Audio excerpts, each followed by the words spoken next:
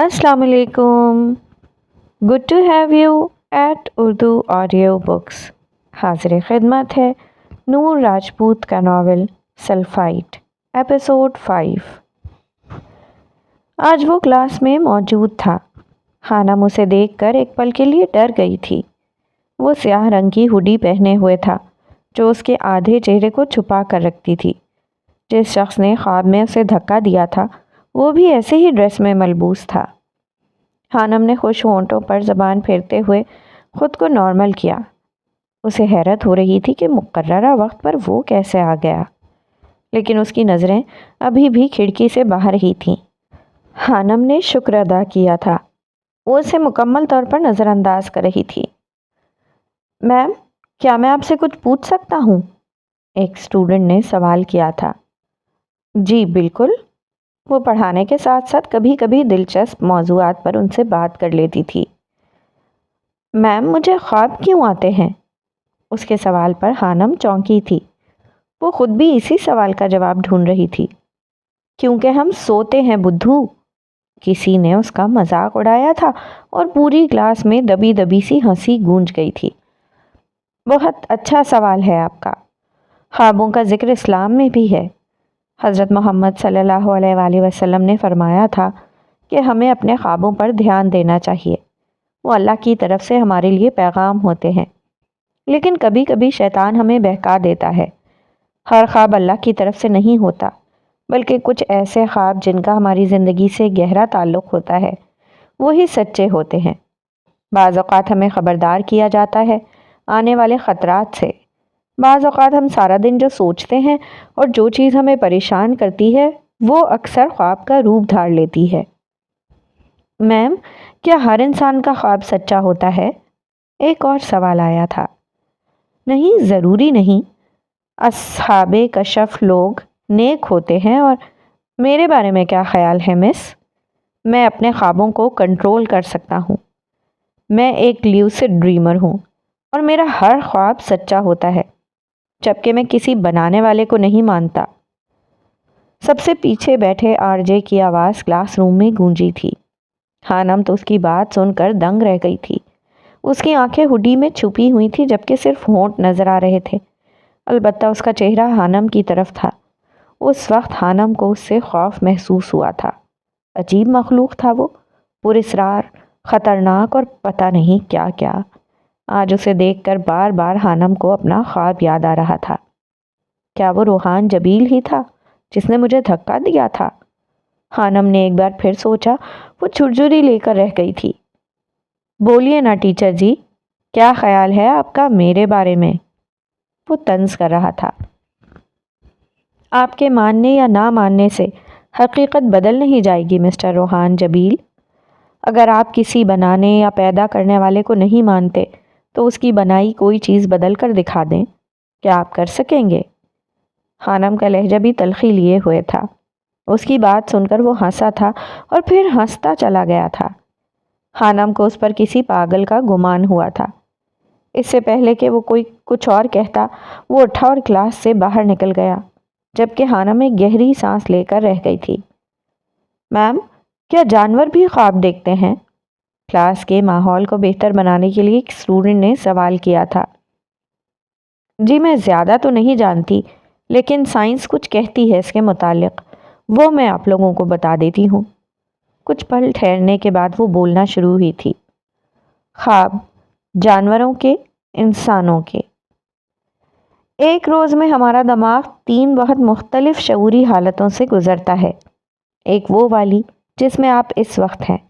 अगर आपके सर पर इलेक्ट्रोड लगाकर ब्रेन व्यू देखी जाए तो हर सेकंड में 30 से 40 बार ऊपर और नीचे हो रही होंगी, जैसे तेज़ ढोल बज रहा हो। इसको फास्ट फ्रीक्वेंसी ब्रेन एक्टिविटी कहा जाता है। ये पैटर्न बेहंगम होगा, यानी अगर इसको आवाज़ में तब्दील किया जाए, जो किया जा सकता है, तो इस पर रक़्स नहीं किया जा सकता। कोई रिदम नहीं है। जब बिस्तर पर करवटें बदलते आप नींद में चले जाएं, तो ये शऊरी हालत में होने वाली एक तब्दीली है। इस वक्त ब्रेन व्यूज़ एक बड़े तरतीब वाले लेकिन सुस्त पैटर्न पर चली जाएंगी। ये नॉन रेम नींद है। इसमें आपका शऊर ऑफ हो गया। تیسری حالت وہ ہے جب آپ خواب دیکھ رہے ہیں۔ اس وقت آنکھ تیزی سے ہلتی رہتی ہے، اس کو ریپڈ آئی موومنٹ یا ریم کہتے ہیں۔ اس میں دماغ کی ایکٹیویٹی جاگنے والی حالت کے قریب قریب ہوتی ہے۔ نیند پر ریسرچ کرنے والے بہت ہی آسانی سے بتا سکتے ہیں کہ کب خواب نیند شروع ہوا اور کب ختم۔ ایک رات میں سوتے وقت 90 منٹ کے سائیکل میں ریم اور نان ریم سلیپ کا سائیکل چلتا ہے۔ دوسرے جانداروں میں بھی ایسا ہی ہے۔ جتنے بھی جانداروں میں ہم پیمائش کر سکتے ہیں، ان میں سے تمام نان ریم کی نیند کی حالت کا تجربہ رکھتے ہیں۔ البتہ کیڑے، جل تھلیے، مچھلیاں اور اکثر رینگنے والے جانور ریم کی واضح حالت میں داخل نہیں ہوتے۔ پرندے اور ممالیہ مکمل طور پر ریم کی حالت میں داخل ہوتے ہیں، یعنی یہ خواب دیکھتے ہیں۔ اس سے ظاہر یہ ہوتا ہے کہ ارتقاء کی تاریخ میں خواب کی انٹری کچھ دیر سے ہوئی۔ میم، جو جانور سمندر میں رہتے ہیں اور تیرتے ہیں وہ کیا کرتے ہیں؟ کیا وہ مکمل نیند میں داخل ہوتے ہیں؟ نہیں، خانم نے پھر سے بولنا شروع کیا۔ اس میں استثنا سمندری جانور ویل اور ڈولفن ہیں۔ اس کی ایک اچھی وجہ سمجھ میں آتی ہے۔ ریم نیند کے دوران ہمارا جسم مکمل طور پر مفلوج ہو جاتا ہے۔ ایسا ہونا اس لیے ضروری ہے تاکہ ہم خواب میں مناظر پر ایکشن اپنے بازو اور ٹانگوں سے نہ لیں۔ پانی کے جانوروں کے لیے تیرنا ضروری ہے، انہیں سطح پر آ کر سانس بھی لینا پڑتا ہے۔ اگر یہ مکمل طور پر مفلوج ہو جائیں تو ڈوب جائیں گے۔ جب ہم ایک اور طرح کا گروپ دیکھتے ہیں جن میں فرسیل جیسے ممالیہ جانور ہیں جو کچھ وقت سمندر میں ہوتے ہیں اور کچھ وقت پانی میں، جب یہ زمین پر ہوتے ہیں تو ان کی نیند میں ریم اور نان ریم دونوں ہوتے ہیں۔ جب یہ سمندر میں سوتے ہیں تو نان ریم یا تو بالکل ختم ہو جاتی ہے یا پہلے سے 10ویں حصے سے بھی کم رہ جاتی ہے۔ جب خشکی پر آتے ہیں تو پھر ریم نیند شروع۔ ایک وقت میں خیال تھا کہ انڈے دینے والے میملز جیسا کہ پلیٹیپس ریم نیند نہیں رکھتے، لیکن پھر پتہ چلا کہ یہ بھی رکھتے ہیں، البتہ اس کا ایک مختلف ویژن ہے۔ ان کا کارٹیکس یعنی دماغ کا بیرونی سطح والا حصہ اس نیند کی لہریں نہیں رکھتا، لیکن جب اس کو گہرا کر کے دیکھا گیا تو دماغ کی بیس پر خواب چھپکلی میں نظر آنے والی اس نیند کی خوبصورت برقی ایکٹیویٹی نظر آئی، اور یہ کسی بھی دوسرے ممالیہ سے زیادہ تھی۔ خواب والی نیند کی یہ ایک شکل حال میں ایک آسٹریلین میں آئی ہے۔ نان ریم نیند کی ارتقائی تاریخ زیادہ پرانی ہے، لیکن کیا یہ والی نیند خواب والی نیند سے زیادہ اہم ہے؟ ایک اور سوال ابھرا تھا۔ نہیں، اس کا جواب نفی میں ہے۔ ہم تیزی سے دریافت کر رہے ہیں کہ اس کی اہمیت گرم خون والے جانوروں کے جسم کے بہت سے فنکشنز میں ہے۔ جذبات کی ریگولیشن، یادداشت کی ایسوسییشن، تخلیقی صلاحیت، جسم کے درجہ حرارت کی ریگولیشن اور دل کی صحت کا اس پر اثر ہوتا ہے۔ نیند ایک ایسی چیز ہے جس میں انسان تمام ایپ سے بہت مختلف ہے۔ نیو ورلڈ اور اولڈ ورلڈ منکی میں تمام کی نیند 10 سے 15 گھنٹے کے درمیان ہے، اور تمام پرائمیٹ میں خواب والی نیند کا دورانیہ 9% تک ہے۔ انسان کی نیند 8 گھنٹے ہے اور خواب والی نیند کا دورانیہ 20 سے 25% ہے۔ تقریباً تمام پرائمیٹ درختوں کی شاخوں پر گھونسلہ بنا کر سوتے ہیں۔ گریٹ ایپ اپنا گھونسلہ ہر روز بناتے ہیں، جبکہ انسان زمین پر سوتے ہیں یا اس سے تھوڑا سا اوپر بستر پر۔ زمین پر سونے کا مطلب یہ تھا کہ خطرہ زیادہ ہونے کی وجہ سے نیند کا دورانیہ کم ہو گیا۔ فطرت کا خوبصورت حل نیند کا زیادہ گہرا ہونا تھا، اس لیے خواب والا حصہ بڑھ سکتا تھا۔ گرنے کا خطرہ نہ ہونے کی وجہ سے خواب والے حصے کی نیند کا دورانیہ زیادہ ہو سکتا تھا۔ خواب والا حصہ بڑھنے کا مثبت تعلق تخلیقی صلاحیت اور جذبات سے ہے۔ انسان کی ایک بڑی خاصیت اس کا سوشل ہونا ہے۔ خواب والی نیند جذبات اور چہروں کو پہچان کے لیے ضروری ہے۔ یہ اس خواب والے حصے کی نیند کی وجہ سے ہی ممکن ہوا۔ کم مگر گہری نیند سے ضرورت پوری کرنے کا مطلب یہ رہا کہ جاگنے کے دورانیے میں اضافے سے جاگنے والی شعوری حالت کے لیے اضافی وقت مل گیا۔ تخلیقی صلاحیت میں بہتری، بہتر معاشرتی تعلقات اور دستیاب ہونے والا اضافی وقت۔ خواب تو بہت سے جانور دیکھتے ہیں، لیکن انسان جیسے نہیں۔ تو اگر چمپینزی یا گریٹ ایپ یا کوئی بھی دوسری نو چاند پر نہیں پہنچ سکی، کمپیوٹر نہیں بنا سکی، ویکسین ایجاد نہیں کر سکی، تو اس میں ایک وجہ ہمارے خواب ہیں، اور یہ محاورے والے نہیں، سوتے میں دیکھے جانے والے خواب ہیں۔ اسے وہارا ایمبا کر کے آرٹیکلز بہت پسند تھے جو اس کی الجھنوں کو سلجھانے میں مدد کرتے تھے۔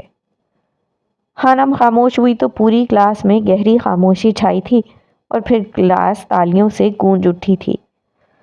میم، آپ کو یہ سب کیسے پتا ہے؟ حفصہ نے سوال کیا۔ آپ جس چیز میں دلچسپی لیں گے اسی کے متعلق جانیں گے، اور میرا خیال ہے کہ آپ کی پسند کی چیزیں جنہیں جاننے کا تجسس آپ کے اندر ہو وہ خود بخود آپ تک پہنچا دی جاتی ہیں۔ کلاس کو اس کی بات سمجھ آئی تھی یا نہیں، لیکن وہ اندرونی طور پر پرسکون تھی۔ سفید روئی کے گالوں جیسی برستی برف میں وہ آئیفل ٹاور کے پاس بیٹھی تھی، سر سے پاؤں تک اونی کوٹ میں چھپی ہوئی تھی۔ سفید برف جو مسلسل اس پر پڑ رہی تھی، اس میں چھپی وہ برف کی شہزادی لگ رہی تھی۔ نظریں بار بار چاروں طرف بھٹک رہی تھیں، شاید آج پھر اسے کسی کا انتظار تھا۔ اس نے سر اٹھا کر شان و شوکت سے کھڑے ٹاور کو دیکھا جس کا آخری سرا تیز پڑتی برف میں چھپ سا گیا تھا۔ لوگ اس موسم کا بھرپور فائدہ اٹھا رہے تھے۔ کیمرے کی آنکھوں میں وقت کو قید کیا جا رہا تھا، جبکہ وہ انتظار کی سولی پر لٹک رہی تھی۔ تمہیں پورا یقین ہے کہ وہ آئے گا ماہی؟ اہلا نے اس کے قریب آتے ہوئے پوچھا تھا۔ وہ خود بھی اونی کوٹ میں چھپی ایک بھالو لگ رہی تھی۔ میرا دل کہہ رہا ہے کہ وہ ضرور آئے گا اہلا، ماہی نے نیلے پڑتے ہونٹوں سے مسکرا کر کہا تھا۔ انتظار میں بھی ایک عجیب سا لطف تھا۔ ٹھیک ہے، ہم کچھ دیر اور انتظار کر لیتے ہیں، اہلا اتنا ہی کہہ پائی تھی۔ دیدار یار نہیں ہوتا تو یہ لب بھی نہیں مسکراتے، آ بھی جاؤ کہ مسکراہٹ تیرے انتظار میں ہے۔ جب سے وہ پیرس آیا تھا اس کے ساتھ عجیب سا معاملہ ہو رہا تھا۔ جہاں بھی اسے روشنی نظر آتی، نہ جانے کہاں سے ہانم کا چہرہ اسے یاد آ جاتا تھا۔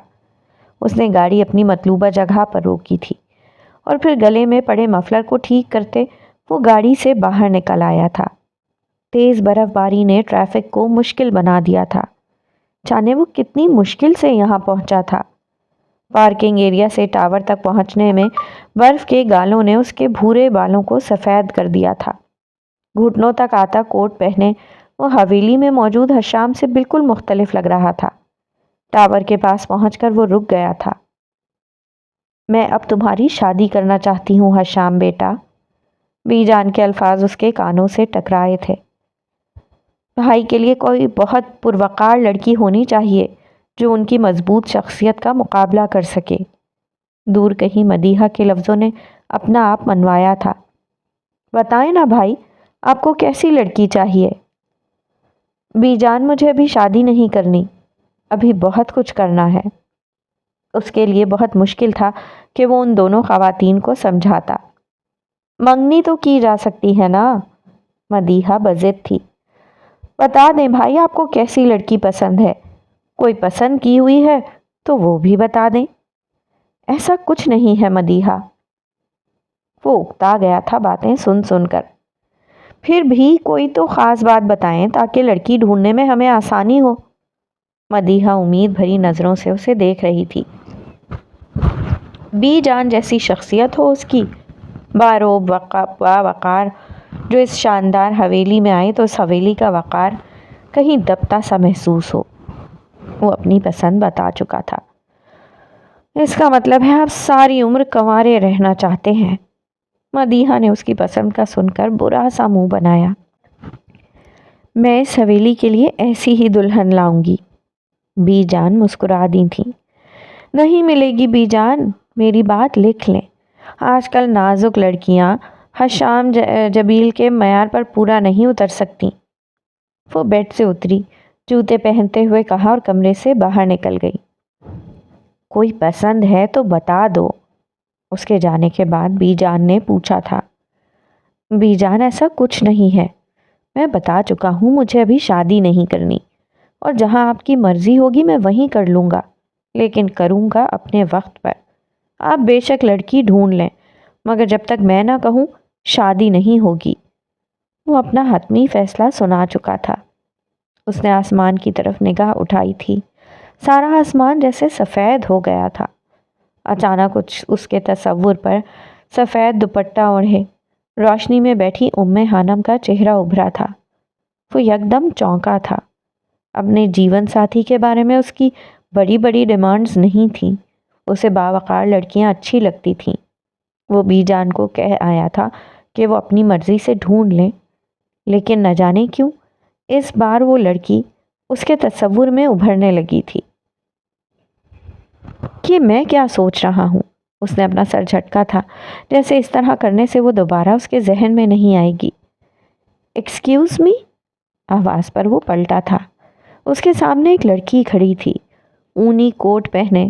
برف نے اسے سفید بنا دیا تھا۔ چہرے کے اطراف میں بکھرے بالوں پر سفید برف اسے دلکش بنا رہی تھی۔ جی؟ وہ الجھا تھا۔ آپ حشام بن جبیل ہیں نا؟ وہ کتنی چاہت سے پوچھ رہی تھی، جیسے یقین نہ ہو کہ سامنے کھڑا حشام جبیل ہی تھا۔ جی، وہ اتنا ہی کہہ پایا تھا۔ میں ماہین حمدان، میں نے آپ کو میسج بھی کیا تھا۔ ماہین نے ایک بار بھی پلکیں نہیں جھپکی تھیں۔ اسے لگ رہا تھا اگر ایسا ہوا تو سامنے کھڑا شخص پھر غائب ہو جائے گا۔ ماہی کو لگ رہا تھا جیسے سب کچھ تھم گیا ہو، لوگوں کے چلانے کا شور، سب کچھ جیسے پیچھے چلا گیا ہو۔ اسے یاد تھا تو بس اتنا کہ اس شخص کو اس نے بہت چاہا ہے، ایک بار دیکھنے کی بہت سی دعائیں مانگی ہیں۔ میسج؟ حشام بڑبڑایا تھا اور پھر کچھ یاد آنے پر وہ چونکا تھا۔ اور میں نے آپ کو جواب دے دیا تھا مس ماہین حمدان کہ مجھے کوئی دلچسپی نہیں ہے۔ اس کا لہجہ سخت ہوا تھا۔ اس نے گاڑی کی طرف قدم بڑھائے تھے۔ ماہین کا دل ڈوب کر ابھرا تھا۔ اگر وہ اس کی آنکھوں میں جلتے چراغ جو ایک دم بجھ سے گئے تھے دیکھ لیتا تو شاید لہجہ سخت نہ کرتا۔ لیکن آپ میری بات تو سنیں، آپ کو یاد ہے ہم یہاں ملے تھے اسی جگہ پر؟ شاید آپ بھول رہے ہیں۔ وہ اس کے پیچھے لپکی تھی۔ رنگ اترے لال گلابی سا، کوئی کرتا ہے تیری بات پیا، مجھے نیند کی نہ اب چاہ رہی، میں یاد کروں تجھے ساری رات پیا، تو چاند ہے میرے آنگن کا، تیری چمک سے اجلا گھر بار پیا، تیرے پیار کی دھنک مجھ پہ یوں چڑھی، مجھے آئے نہ کوئی رنگ راس پیا، تیرے ساتھ رہوں کھلیں پھول سبھی، تیرے بعد رہے میری راکھ پیا، میں دھول بھی نہیں تیری نگری کی، تو ہے میرے سر کا تاج پیا، میری منت ہے جو ازلوں سے، میں مانگوں تجھے ہر بار پیا، ہے چاہ میری جب مرنے لگوں، تیرے ہاتھ میں ہو میرا ہاتھ پیا۔ دیکھیں مس، مجھے بہت برا لگ رہا ہے کہ میں آپ کو بار بار انکار کروں۔ آپ خود سمجھ جائیں تو بہتر ہے، مجھے نہیں کرنی دوستی۔ وہ رکا۔ اب کی بار اس کا لہجہ پہلے سے بھی سخت تھا، جبکہ ماہی کچھ بول نہیں پائی تھی۔ مرد کی فطرت ہے، جو عورت خود چل کر اس کے پاس آئے وہ اسے کبھی پسند نہیں آتی۔ ماہی شاید یہ نہیں جانتی تھی۔ وہ چلا گیا، جبکہ برف کی شہزادی برف پر کھڑی رہ گئی تھی۔ اس کی آنکھوں میں آئی نمی نے ہر چیز کو دھندلا کر دیا تھا۔ ہانم پرنسپل کے آفس میں موجود تھی۔ آج پھر اس کا بلاوا آیا تھا۔ اس کا ننھا سا دل پھر کانپ رہا تھا۔ اس نے پریشان نظروں سے اپنے سامنے براجمان پرنسپل کو دیکھا، جن کے ہاتھوں میں کچھ ٹیسٹ تھے، جبکہ دوسری جانب دیوار کے ساتھ رکھے صوفے پر اس نے روحان جبیل کو دیکھا تھا، جو ٹانگ پہ ٹانگ جمائے ببل چبانے میں مصروف تھا۔ اس کے چہرے پر سنجیدگی، جبکہ آنکھوں میں گہری شرارت تھی۔ وہ سمجھ گئی تھی کہ آج پھر کچھ غلط ہونے والا تھا اس کے ساتھ، کیونکہ جہاں آرجے ہو وہاں کبھی کچھ ٹھیک نہیں ہو سکتا تھا۔ مس ہانم، پرنسپل نے موٹے شیشوں والی اینک کے پیچھے سے جھانکتے ہوئے کہا تھا۔ یس میم، ہانم نے ڈرتے ڈرتے جواب دیا تھا۔ میں نے سنا ہے کہ آپ پوری توجہ سے نہ تو لیکچر لیتی ہیں बल्कि टेस्ट भी ध्यान से चेक नहीं करती। जी? इस इल्ज़ाम पर वो बौखला गई थी। जी, मुझे आपकी क्लास के कुछ स्टूडेंट्स ने बताया है। प्रिंसिपल की बात पर उसने चौंक कर आरजे की तरफ देखा था, जिसके होठों पर मुस्कुराहट रेंग गई थी। ये देखें मिस उम्मे हानम, ये चेक किए हुए टेस्ट आपकी लापरवाही साबित कर रहे हैं, प्रिंसिपल ने कहते हुए टेस्ट का बंडल उसकी तरफ फेंका। हानम ने कांपते हाथों से टेस्ट उठाकर देखने शुरू किए। रीचेकिंग की गई थी। उस दिन दूसरी बार ख्वाब देखने के बाद उसे नींद नहीं आ रही थी तो उसने गायब दिमागी से टेस्ट चेक करना शुरू कर दिए थे। सिर्फ एक टेस्ट ऐसा था जिस पर वो ठीक से तवज्जो नहीं दे पाई थी। सॉरी मैम, दरअसल अभी मैंने रीचेकिंग नहीं की थी। तो क्या? अगर आपने रीचेकिंग करनी थी तो फिर बिना रीचेकिंग के मुझे क्यों भिजवाएगा ये टेस्ट? प्रिंसिपल सख्ती से पूछ रही थी। मैम, ये टेस्ट मुझे स्टाफ रूम के बाहर नीचे पड़े हुए मिले थे, चेक किए हुए थे। मुझे लगा मैम हानम ने आपको ही देने होंगे, इसलिए मैं खुद ही देने आ गया। रोहान जबील मासूमियत से कह रहा था। मुझे अंदाज़ा नहीं था कि मैम हानम ने अभी रीचेक नहीं किए। और हानम का दिल कर रहा था कि कोई चीज़ उठाकर वो आरजे के सर में दे मारे। आइंदा ख्याल रखिएगा मिस हानम, अब आप जा सकती हैं। प्रिंसिपल के हुक्म पर वो खामोशी से बाहर निकल आई थी। दिल तो बहुत था कि अपनी सफाई में कुछ कहे, लेकिन कोई फ़ायदा नहीं था। अंदर वो तूफ़ान जो मौजूद था। हानी? वो क्लास की तरफ बढ़ रही थी जब उसे आवाज़ सुनाई दी। किसी ने उसे पुकारा था। उसने धुंधलाती आंखों को साफ किया और पीछे मुड़कर देखा। सामने प्रिंसिपल की बड़ी बेटी और उनकी सीनियर असमारा खड़ी थी। कैसी हो? वो पूछ रही थी। जी मैं ठीक हूँ। वो ज़बरदस्ती मुस्कुराई। सैलरी मिल गई थी आपको? असमारा ने पूछा। उसी की वजह से वो यहाँ थी। जी 2 दिन पहले मिल गई थी। वो बस इतना ही कह पाई थी। गुड, और कोई प्रॉब्लम? हानम का दिल किया कि वो कह दे कि सबसे बड़ा प्रॉब्लम तो वो रोहान जबील है, लेकिन वो कह ना पाई और वापस क्लास में आ गई। शाम के वक्त कॉलेज की कैंटीन स्टूडेंट से भरी पड़ी थी। वजह स्टूडेंट्स के हुजूम में बैठा आरजे था जो पहली बार कॉलेज में सिंगिंग कर रहा था। वजह भी ख़ास थी। हानम से जो टेस्ट गिरे थे वो उसे नहीं किसी और लड़के को मिले थे। लड़के ने इस शर्त पर टेस्ट उसे दिए थे कि वो सिंगिंग करेगा। पूरे कॉलेज को पता चल गया था कि वो आरजे है, जिनको पहले नहीं पता था। लेकिन अगर ना मालूम हो सका तो बस उम्मे हानम को, जो कब की जा चुकी थी। उसका मकसद हानम को शर्मिंदा करना था कि उससे टेस्ट भी नहीं संभाले जाते। लेकिन फिर प्रिंसिपल ने उसे बुला लिया और वो चला गया जहां उन्होंने टेस्ट देख लिए। यूं बिना कुछ करे भी वो बहुत कुछ कर गया था। उसकी दिलकश आवाज़ ने पूरे कॉलेज पर सहर तारी कर दिया था। गिटार बजाते, लबों से लफ्ज़ों को आज़ाद करते, वो वहाँ मौजूद लड़कियों की धड़कनों को तेज़ कर गया था। उसने आंख उठाकर किसी को नहीं देखा था, अलबत्ता सबकी नज़रें उस पर जमी थीं। 10 मिनट बाद वो कुर्सी से उठा था। गिटार को कंधे पर लटकाने के बाद उसने अपर के हुड को सर पर गिराया था, जिससे उसका पूरा चेहरा छुप गया था। उसके उठने पर वहाँ मौजूद हर एक शख्स ने तालियां बजाई थीं। आरजे ने कदम कैंटीन से बाहर की तरफ बढ़ाए। उसके चारों तरफ लड़कों और लड़कियों का हुजूम था। उसे आता देखकर सबने उसे रास्ता दिया। वो अपर की जेबों में हाथों को ठूंसे, चेहरा झुकाए, सीटी पर धुन गुनगुनाता वहाँ मौजूद लोगों के हुजूम से निकलता चला गया, बिना जाने कि लोग कितनी हसरत से उसे देख रहे थे। इतवार का दिन था। माहम, हानम और जवाद तीनों बहन भाई घर में ही मौजूद थे। बाहर चलती ठंडी हवाओं ने धुंध को छटने पर मजबूर किया था, लेकिन हवा की वजह से लोग अपने घरों में दबके पड़े थे। वो किचन में खड़ी नाश्ता बना रही थी। कल होने वाले वाक़े ने उसे रोहान जबील से मज़ीद दूर कर दिया था। जब प्रिंसिपल उसे डांट रही थी, उस वक्त जिस तरह वो महसूस हो रहा था, हानम को याद था। वो चीज़ उसे अंदर से जला रही थी। वो कुछ नहीं कर सकती थी। क्या हो गया हानी? सारा ऑमलेट जल गया। ध्यान कहाँ है तुम्हारा?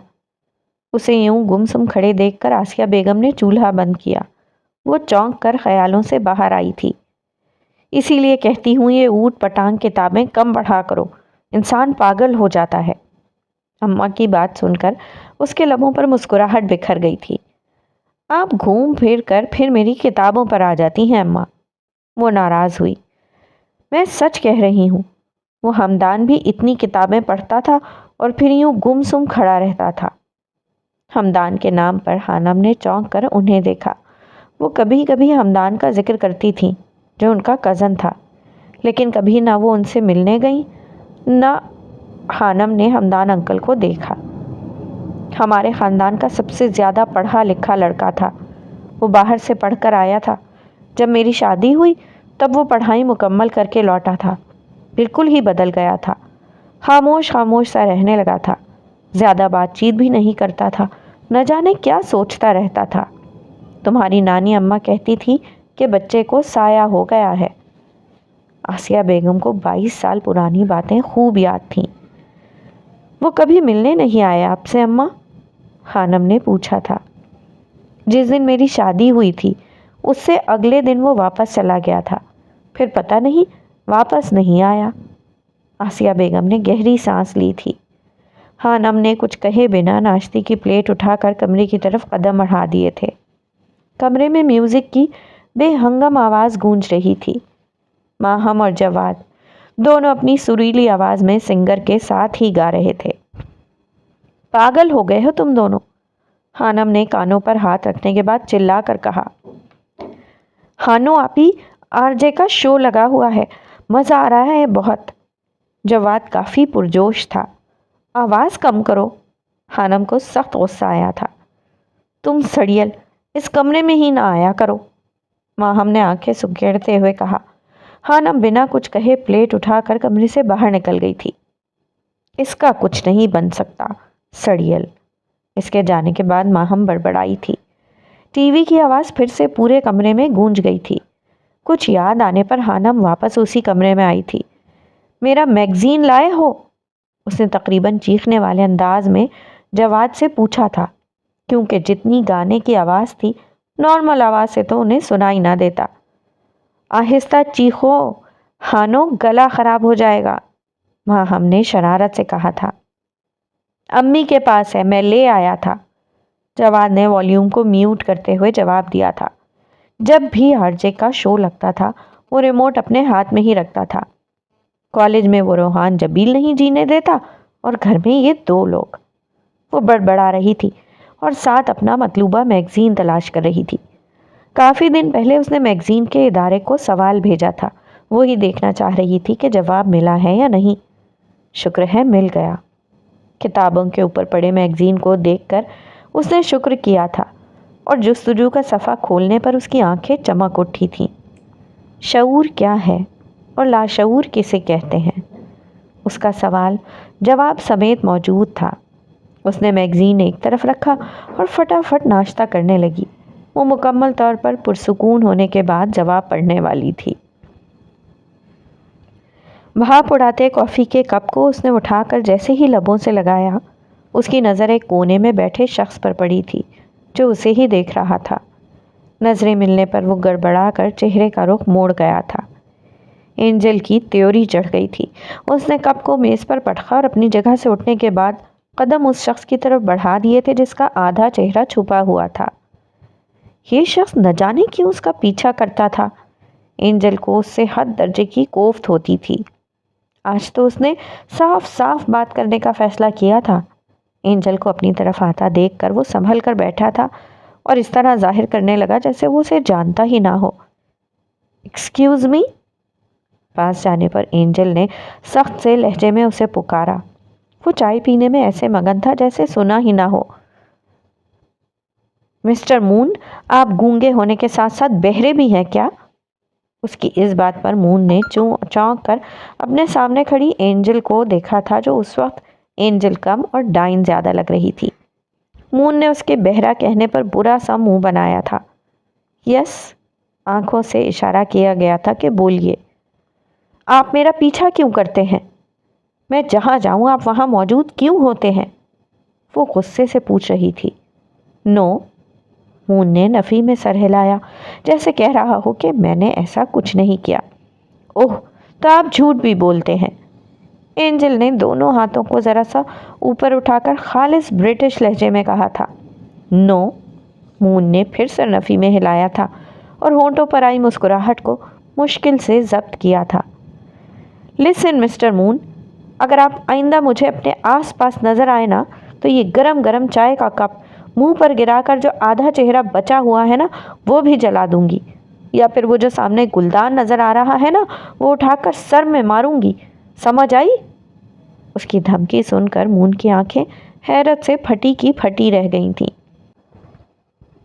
यही असल हकीकत है कि मेरी बेरुखी चाहत हुई मिसले कफस मुझको। मुझे तुमसे मोहब्बत है, बस इतनी बात कहने में लगे कई बरस मुझको। वो इतनी ख़तरनाक कब से हो गई थी? मून को हैरत हुई। समझ आ गई ना? उसके खामोश रहने पर एंजल ने दोबारा पूछा। नो। वो एक बार फिर सर नफ़ी में हिला चुका था, जबकि एंजल गुस्से से मुट्ठियाँ भींचती वहाँ से चली गई थी। उसके लंबे ओवरकोट के पीछे इंग्लिश में ब्रोकन एंजल लिखा था। I am so lonely broken angel, one and only broken angel. Jenny के साथ गाए गए गाने के अल्फाज उसके जहन में गूंज गए थे और फिर उसकी धमकी को याद करके वो खुलकर मुस्कुरा दिया था। तेरी दास्ताने बेवफाई मेरे चेहरे पे रक़्म है, ज़िंदगी में सिर्फ सोजिशे गम है। तेरी बेवफाई का गम, तेरी बेइतनाई का गम, तेरे मगरूर लहजे में छलकती हतक का गम, दिले बेताब की नारसाई का गम, पाकीज़ा जज्बात की रुसवाई का गम। गम है मुझे तेरी बेरुखी का, तेरे अंदाज़ो अतवार की बेजारी का। गम है मुझे धड़कन थम जाने का, सांस रुक जाने का, खून जम जाने का। और गम है मुझे यूं जीते जी अपने मर जाने का।